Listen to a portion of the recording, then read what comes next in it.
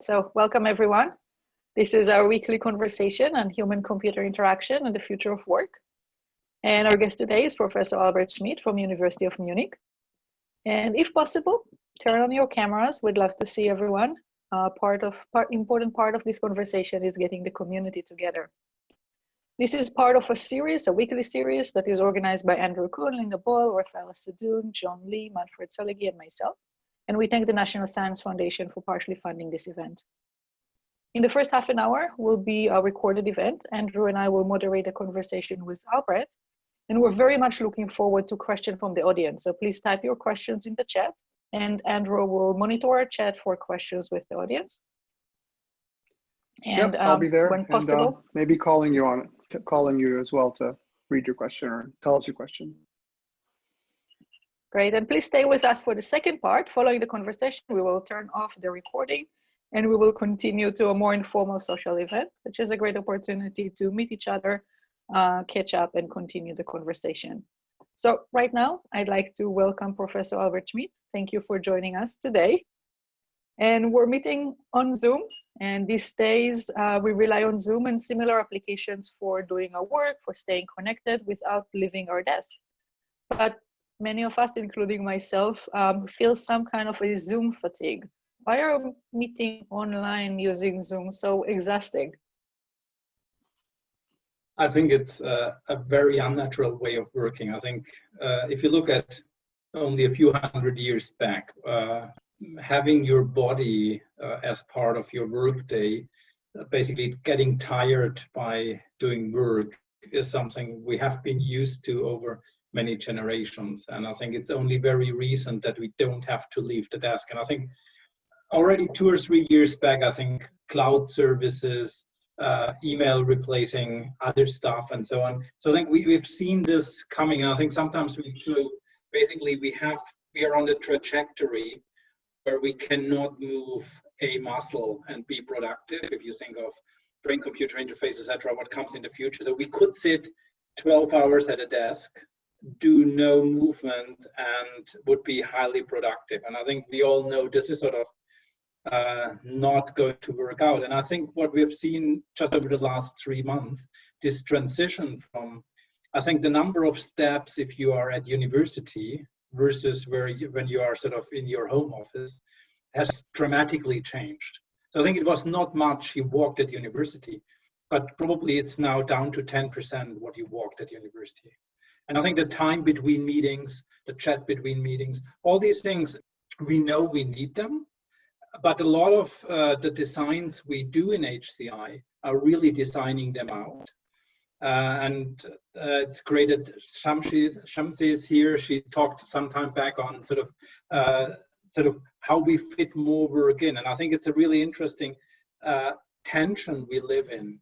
I think this question, how we make work productive at the same time, how we fit it in with the rest of our life, and how we allow people to have breaks. And I think this not having breaks, I think if you look at your Zoom schedule, you're not putting sort of significant time in between, like going from building to building on campus. It's basically more or less back to back.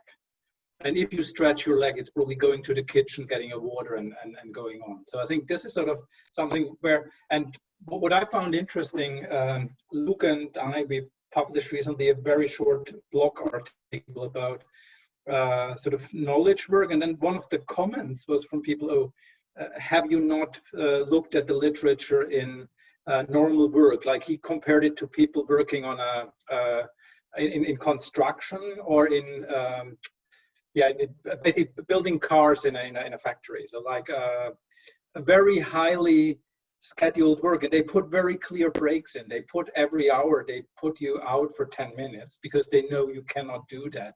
Even so, the physical strain has gone away in this work. So I think there's a lot of knowledge about breaks, and we are ignoring it. And I think this is sort of what we see with the Zoom fatigue. But I think it's a part of a bigger problem we have been designing ourselves. And I think so that sometimes I think it's a bit like probably being at Marlboro in the 80s is similar in our field than now. I think probably in the 80s, people at Marlboro knew it is probably not good to make people smoke, but we do it anyway. And I think we're sort of building, and I think the HCI community is very good at it. We're still building tools to get a bit more productivity out, to have people a little bit more sort of tied to their desks. So we'll do that. And I think perhaps in 30 years back, we faced the same lawsuits as them in a way. That would be the negative view. Or we maybe know that sitting 8 hours is not good. Nevertheless, we design systems that make people look. And I think you can look through the current CHI proceedings. There's a lot of systems that are really designed deliberately for people sitting at a desk, where there was no choice even sort of in the design space. At no point, reading is sort of a sitting activity. Writing is a sitting activity. And I think we know since the last 25 years, that's not a God-given, it's something we have designed in. So Albert, as we work on designing technologies for knowledge workers, what makes technology beneficial for the long term? So I'm hearing breaks and I'm hearing some movement, but what should we take into account when we design for long-term physical and mental well-being? So I think we have 3 points. We have a project that's funded. Interestingly, it's one of the few projects I haven't applied for, but it came my way in a way. So it was basically the state government was looking into the negative effects of digital technologies. And people had written proposals to investigate the negative effects. And then they were told, get some people in to do something which may be on the positive side. And so we got in. And I think we see 3 opportunities. One is designing for movement. I think it's really a question, can we design more movement into our everyday work?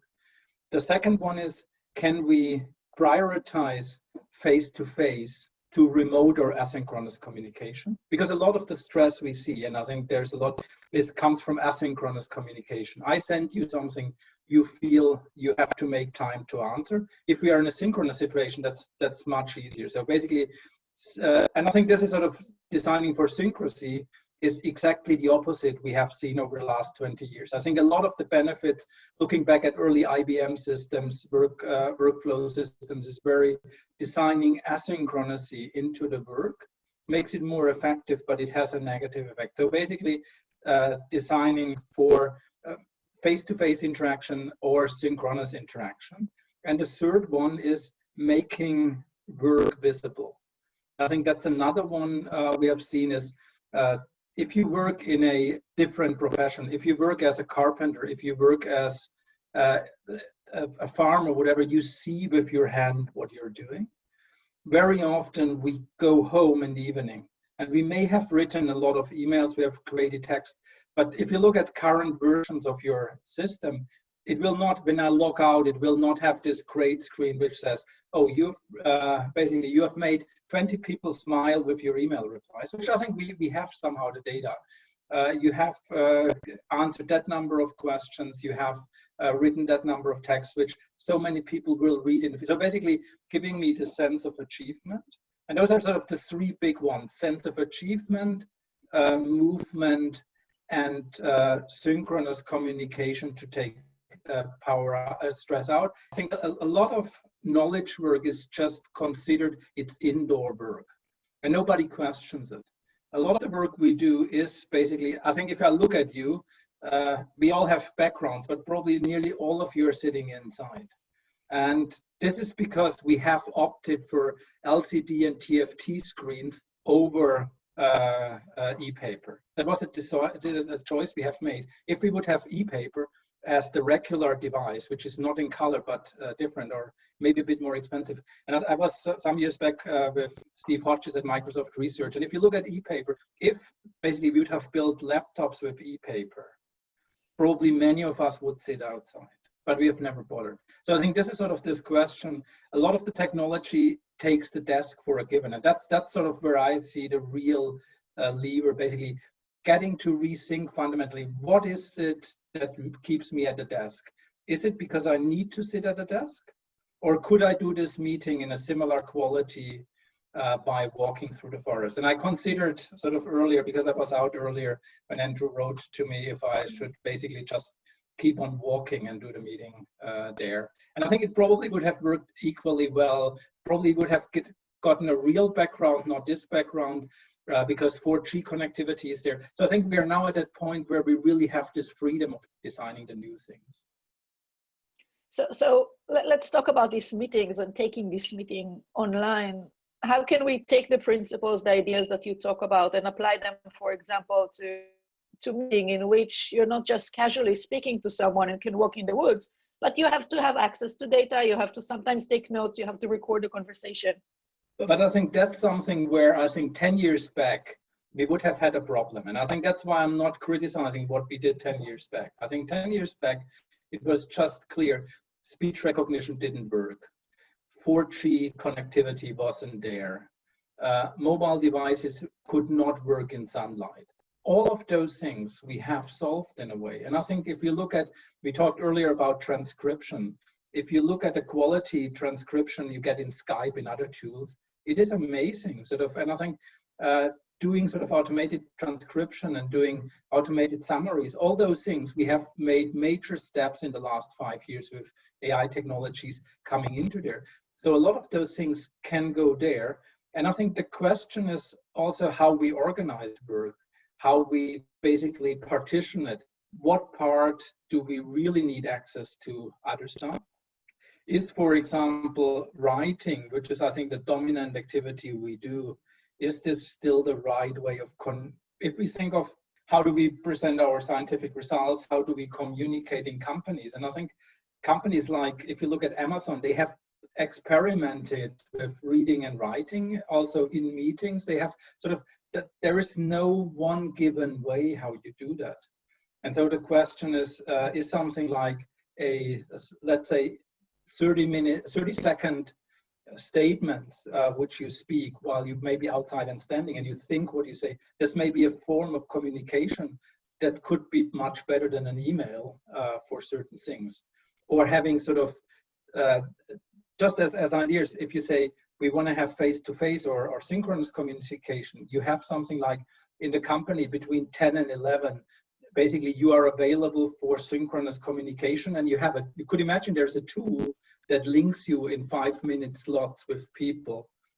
Basically I could register for a 5-minute slot with you instead of writing you an email. So I think and I think that the beauty is we have now the technologies, we can do it, but we are still going on as if sort of sitting at a desk with a screen in front of us and a keyboard is the only way. And I think it's very fundamental changes, but I think we have to start somewhere in order to get this, because I think this pressure at work, and it's not just the Zoom fatigue, the pressure at work we see, and the health cost in the long term. I think that's why in the end, also politicians see that there is some need to do something. We really have to proactively go there.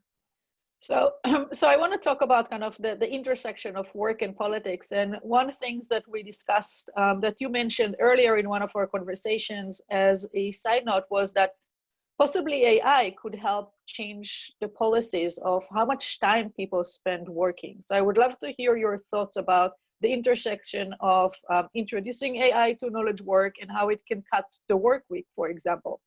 I think this question of how many hours do we need to work, I think that's, especially in academia, sort of people pride themselves with long hours. And I think it's something which I think has become cool. Not in all societies, interestingly. I think sort of there is sort of some societies where it's really cool to work a lot, others where it's cooler to work less.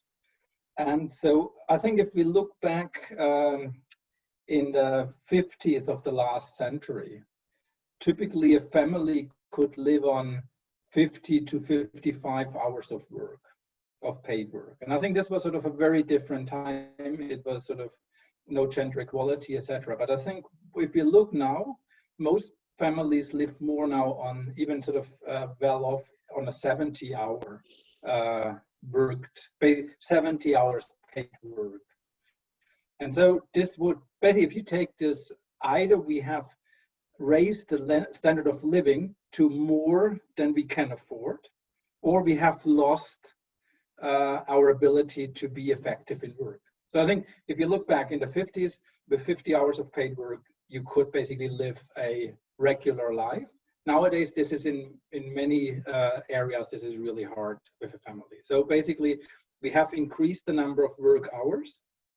And so this is a question. At the same time, we can see a reverse. And I was really stunned looking at basically in Germany, the union negotiates with companies with sort of every 2 years roughly. And German Rail, which is a really big employer, they negotiated something like a 2% pay rise over, I think, 18 months. And the alternative was 6 days of holiday. And now you can do the math. This is for 2 years, 6 additional days of holidays. If you would say, okay, let's do this for, basically, let's make a deal that we do increases only to a third of what we would do the increase. And we commit this over 10 years, we could go back to a 4-day week without really losing money. We don't get less. We don't get the much increase we expected, but we will not get a high increase. But we'll basically can go back to saving 40 days, which gives us the 4-day week. And I think this is an interesting thought. And it's basically it's not hypothetical. It's something where we could afford. And I think this may go together with things we see nowadays, that sort of this full-time employment at the workplace may not be sort of something that's easy done. I think we have seen the whole sort of model of childcare has broken down in many countries, which I think is creating massive problems for many people. And so I think this idea of having more resilience in the system by working less, that you have some extra. Basically, if you only work, let's say, 30 hours, you have resilience built into the system. But we may pay this with a limited increase in our in our raise of standard of living. So let me try to bring in some questions from the audience too. And you know, Shamsi, maybe you can go first, because it seems like that brings us back to the, you know, let's take a look at that first question we started with, is breaks, and maybe bringing in some HCI into it. Yeah, thanks, Albrecht. This is super interesting. I started off when you were talking about breaks, and so I know that the conversation moved away a little from that. But I think that one of the things is that how can we be more intentional about breaks? So at least for me, when I take a break, oftentimes it's not because I chose to, but because someone forced me to, because someone needs me at home when I'm working. So that's one. The other one is that when I do take a break from work, I walk out of my office and then I'm in my family space, and then it's not necessarily always a break.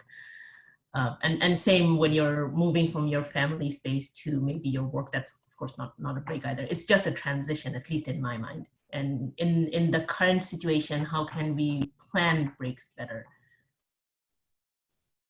I think we have to really, I think that the planning is what you say, that's really the key. And I think that's what I learned from the discussion with people in factory work. I think what I sometimes realize, I basically have a break between meetings, but I use this to do a phone call. Or I go to the coffee maker and I talk to a student about a paper that needs to be. So basically I tell myself, this is as good as a break. But I think if we look at it, we need those breaks. And I think sort of the question of forced breaks, and I think there has been 10 years back, I think there have been a lot of programs that basically lock your screen, and I think they were pretty annoying. But I think this idea at the workplace and at schools, they force breaks on you. So I think if you look into primary school, even if the child wants to write further or calculate, they go outside, they have to go to the break. So I think the idea of a forced break where you, and I think sort of from a workplace perspective, where you can't take your phone. And I think now if you're at home, a forced break is probably nearly impossible. That's why basically working at home. So probably if you step out of the room, a partner, a child, whoever is there, you engage in conversation. And I think that could be a break, but it could be another sort of emotional piece of work. And I think this is sort of this downtime that we don't have any pressure for 10 minutes whatsoever. That is so hard to do nowadays. And the more we are connected, the more we can do work on the fly, or the more we can make decisions on the fly, the easier it is. And I think if you look into basic companies where they do build cars or so, the brake is basically, they go out of that area, they have a smoke, they have a coffee, there's nothing going on. They don't have their mind on what is the next car to come. Basically, it's really often, I think it's very healthy, but I have no idea how we can do that, because I think all the things I have seen in research, like these forced brakes, like this, they don't work for me. And so that's probably also why I find this research topic. I know there is something we need to figure out, but I don't know how. Sorry, that doesn't really help, but it is. No, I think it's a fair research question, because what does that brake actually mean in the context when you are juggling so many things? Thanks, Albrecht. Thank you. So, Nadia, I think your question about productivity ties in with this. So maybe you can tell us more about that. Yeah, thank you. I'm thinking about, like, the nature of work has changed over the past few months. So does that mean we need a new definition for productivity that, like, ties in having mandatory breaks or having movement, face-to-face interaction? Should these concepts be tied into productivity now that, like, we have a new definition of work?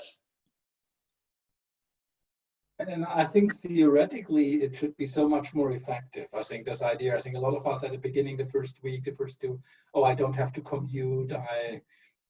So I save a lot of stuff, but I think it hasn't been it hasn't materialized probably for most of us that this is sort of really this big gain sort of we have imagined. And I think the question, what is work? Basically, is it, when does work start? And this separation between work, family, and fun is basically sharing a room with a child that does their homework while you do your work, with occasional interactions. Is this sort of work? Is it homeschooling? Is it sort of, and I think these things, they are pretty tricky. And the problem, what I see is, some people are really good at it, and others are really not. And I think also that the pressure that creates for some people is very different. And so I think a more individual view of what work and what breaks mean is probably required. And I think also the social interaction, we have not been good at building that up. I think most people I've been talking to, I think most of the work stuff, we got sort of our heads around. We got Zoom going, we got sort of other tools going, but sort of many of these ideas of water cooler chats, virtual coffee breaks, they haven't really, also the virtual parties, we had student groups exploring this at CDTM, and most of it didn't really sort of make much sense. It's not the fun part. So I think this question, what is sort of the outcome of your work? And I think this is something tricky in knowledge work, is sort of, as a researcher, what is an outcome? Is it really a paper? Is it sort of long-term, your vision? Is it the set of papers, or is it really a product you're shaping, or is it a notion you're shaping? So I think this question, what would happen if we wouldn't have worked for 3 months? Would this have been worse? So from an overall perspective, if we wouldn't, let's say the last 8 weeks, if we would not have worked, if everybody would have just done what they like, would this have been a very different outcome than what we have now? I'm not sure. So there are a couple questions here that really tie in with this. So maybe Sarah, you could start us with yours, because you're talking about how we tie in knowledge about the worker, and I think that just came up. Yes, so my point is, now we can, like, for different technologies, now we can know a lot of details about how, like, if someone really slept good at night, an employer or something, and if he needs rest now, or he can take this rest later, and maybe just designing this kind of technologies that would help the workers and workplace. Like, my question is, why does it have to be always static? Why do we always need to design this kind of thing that would fit everyone? Why can't we just take the age group into consideration, the physical status of person into consideration? I think that's really an interesting thought. Also, the idea of measuring physiology of people in order to get this. But I think at the moment we have more. I think we first have to agree that we need breaks. I think if we look at the moment, also work we do on workload monitoring, workload optimization is very much about, I want to keep you in focus as long as possible. And I think this is what I had in the subtitle of the talk title.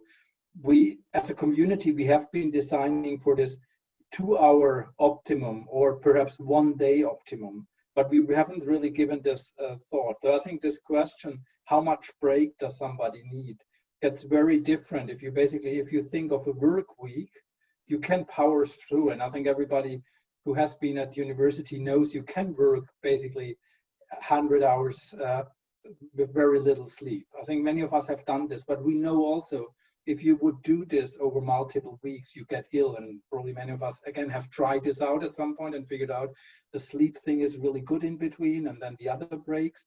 And so I think this question that we really have to have this long-term view, there I'm not optimistic that we can measure this. Because if you ask somebody, do you need a break?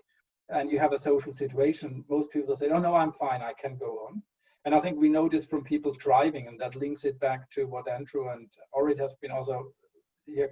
I think if you ask people, do you need a break? They say no, and they still crash because they're tired, because they want to get to the goal. So I think this classical thing, you have another 1.5 hours to drive. You are tired, what do you do?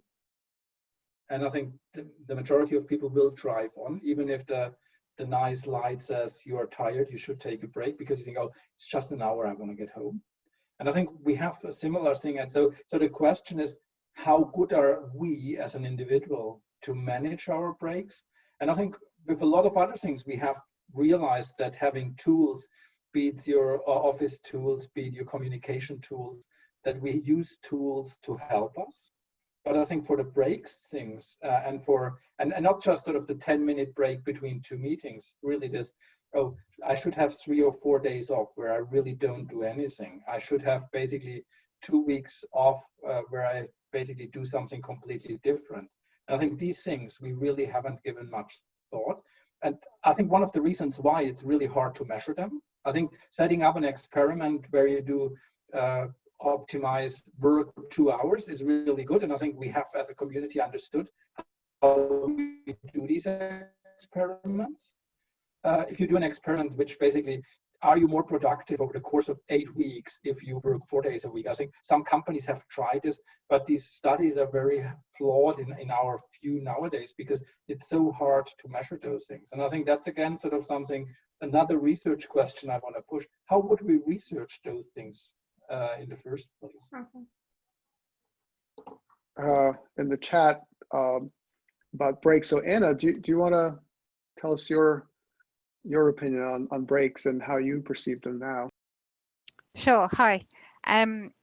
So I was just writing in the chat that right now I feel like I'm taking more breaks than I ever have been able to before, and that's because I always used to structure my time so that at home I got the work done, I suppose.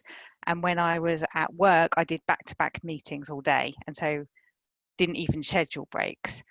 But I've tried to schedule breaks before, but never been able to stick to it. I think because there was no accountability. But now what works for my family is if I schedule breaks when we're together, and also if I schedule specific time for setting the kids up with whatever it is they need to do. And that kind of much more rigid day, like having a timetable for the day, is working much better for us, I think. I really like it. I think this is sort of one of these examples where, and I think also the sense of accomplishment once you have worked through a timetable is probably much higher. So you see really that you have achieved those things. My guess is for a lot of us, this is pretty hard to do. And I'm sort of I find myself also making some plans, but usually not sticking to them.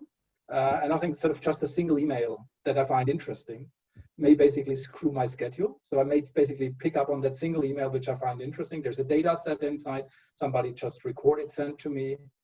I get interested, I look into it.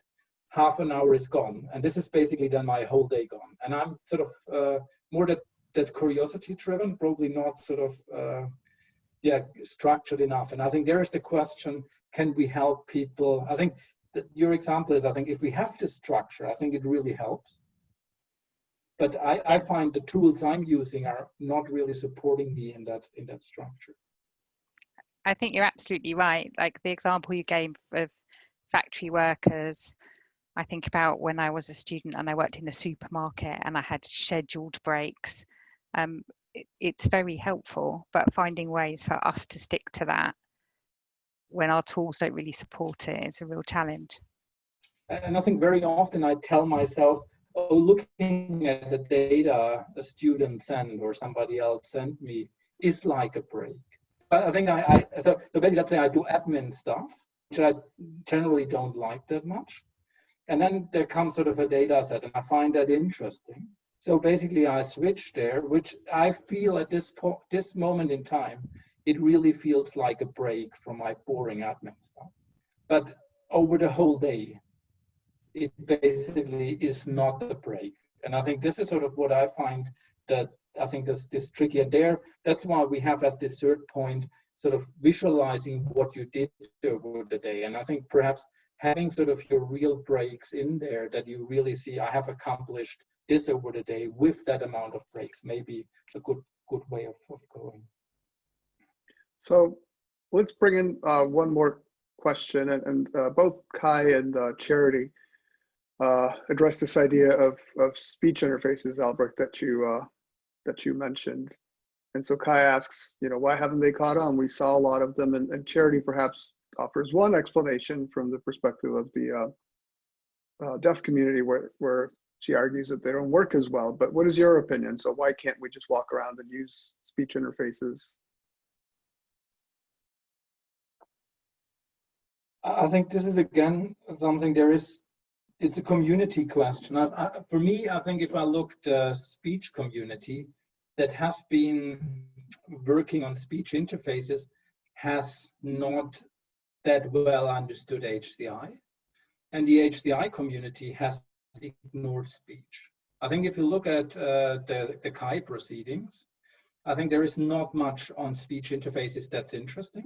And if you look at something like interspeech, there is not much about what we would consider HCI. So I think this is something where if we look at speech interfaces, they are not extremely well designed for human use. And I think I take one other example, which I find really interesting. So if you look at the sensor of the Kinect, if you look at the Kinect sensor, it is not a perfect sensor. It's far from being a perfect sensor. It is for a lot of things. If you want to do body part tracking, it's really a rubbish sensor. But if you look at the games that were designed to play with the Kinect, they were so much fun. So basically there was somebody who understood the limitations of the sensor and created a great user experience everybody loved. And I think this sort of, and now basically for me, sort of speech interface, they have gotten better, but they have a bit of this, they sometimes lose words, they're sometimes not perfect, but we have not managed to create this interface. So basically we still try to dictate with them, which I think we know, even if it's just 2% wrong, it is annoying. So I think we haven't really managed to basically harness the power that's in there, even the higher power now with basically, we have not really understood how to make the interface to really make it a good thing. And I think this HCI is really good at, if we have understood the technology, we can really well design for its use. And I think there are a lot of examples, and I think the Kinect is a very powerful one, because there you look at a stick figure, and this is sort of all over the place sometimes, depending on your background. But if you play the game, it feels like it's 100% spot on. So I think this is sort of, somebody made this transition right, and I think we haven't managed that for speech. And that's for me basically the speech technology has moved on, but speech interfaces haven't. And so I think this is again back to our community in a way. And I think in the car, that's another one where you really want to get this, this sort of, where you don't deal with the errors, where you deal with something what this interface can do. Great. So thank you, Albert, and thank you everyone that had been contributing through questions. There is quite a lovely discussion going on the chat, so we will continue it off the recording. I just want to mention that I would like to thank Albert for joining us today. And next week we'll have Gloria Mark from University of California in Irvine join us. So keep it on your schedule and come join us for the conversation. We're now going to turn off the recording and we open kind of the floor for everyone. So thank you very much, Albert. Thank you for having me. Thank you very much.